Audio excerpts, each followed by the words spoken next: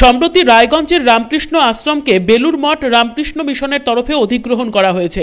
ইতিমধ্যেই রায়গঞ্জ রামকৃষ্ণ আশ্রমের দায়িত্বভার গ্রহণ করেছেন বেলুর মঠ রামকৃষ্ণ মিশনের মহারাজ স্বামী সত্য ধর্মানন্দজি। দায়িত্বভার গ্রহণের পর কার্য পরিচালনা করছেন স্বামীজি। এরই মধ্যে আমরা সকলেই জানি আগামী 1 জানুয়ারি অনুষ্ঠিত হতে চলেছে ঠাকুর শ্রী শ্রী রামকৃষ্ণ পরমহংসদেবের কল্পতরু উৎসব।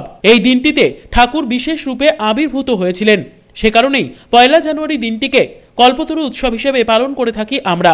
পরবর্তীতে 5 জানুয়ারি রয়েছে শ্রী শ্রী সারদা মায়ের তিথি পুজো। প্রত্যেক বছরই এই দুই উৎসবকে কেন্দ্র করে মেতে ওঠেন রায়গঞ্জের ভক্তরা। প্রচুর মানুষ জমায়েত হন কল্পতরু উৎসব এবং তিথি পুজোয়। চলে ভোগ নিবেদন এবং বিশেষ পুজো। এবছর যেহেতু রায়গঞ্জ রামকৃষ্ণ আশ্রম বেলুর মঠের অধিগ্রহণে রয়েছে, সে কারণে মানুষের মধ্যে উৎসাহ উদ্দীপনা আরও বেশি। তবে এরই পাশাপাশি বর্তমানে কোভিড পরিস্থিতিতে জর্জরিত সারা বিশ্ব। সে কারণে বেলুর মঠের নির্দেশিকা অনুযায়ী কল্পতরু উৎসব এবং তিথি পুজোয় আশ্রমে ভক্তদের জমায়েত না করার জন্য আবেদন জানানো হয়েছে। আজ এ বিষয়ে সংবাদ মাধ্যমের মুখোমুখি হন রায়গঞ্জ রামকৃষ্ণ আশ্রমের দায়িত্বপ্রাপ্ত মহারাজ স্বামী সত্য ধর্মানন্দজি। তিনি জানিয়েছেন, এবছরে বেলুর মঠের তরফে 1 জানুয়ারি কল্পতরু দিবস এবং 5 জানুয়ারি সারদা মায়ের তিথি পুজোয় ভক্ত জমায়েতে সম্পূর্ণরূপে নিষেধাজ্ঞা জারি করা হয়েছে কোভিড পরিস্থিতির কারণে। তাই সকলে যাতে বাড়িতে বসেই এই দিন দুটি পালন করেন তার জন্য আবেদন জানানো হয়েছে। সকলের জীবনের সুরক্ষার জন্য বেলুর মঠের এই আবেদনে যাতে সকলেই সম্মতি দেন তার জন্য এদিন অনুরোধ জানিয়েছেন স্বামী সত্য ধর্মানন্দজি মহারাজ। আমাদের সকলের ইচ্ছা থাকে যে কল্পতরু দিবসটি খুব উৎসাহের সাথে ভক্তির সাথে পালন করলে খুব ভালো হয়।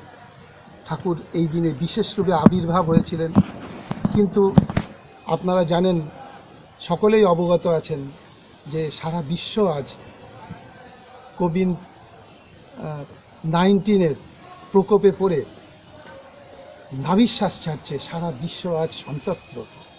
জীবন নিয়ে মানুষের মরণ বাঁচনের লড়াই। এই লড়াই থেকে আমাদের জয়যুক্ত হতে হবে। সেই জন্যে সারা বিশ্ব আজ স্তব্ধ। কেন?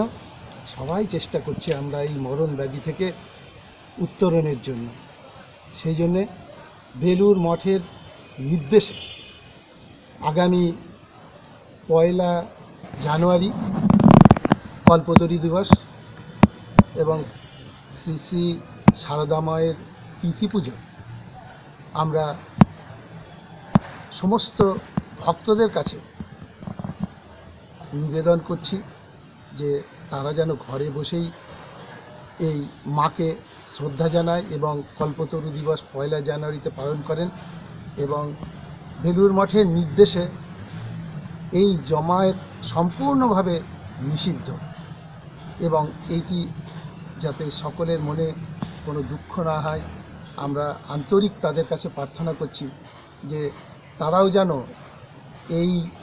আমাদের এই ভাবনাকে এবং এই মহামারীর প্রকোপ থেকে উত্তরণের জন্য এই ব্যবস্থাকে আন্তরিকভাবে মেনে নেন। আপনারা সহযোগিতা করবেন। আমরা আশা করি যে আমাদের এই পরিস্থিতিতে উত্তরণের জন্য এই ব্যবস্থা আমাদের মানতেই হবে। হীরক মুখার্জি রিপোর্ট, কুলিক নিউজ, রায়গঞ্জ।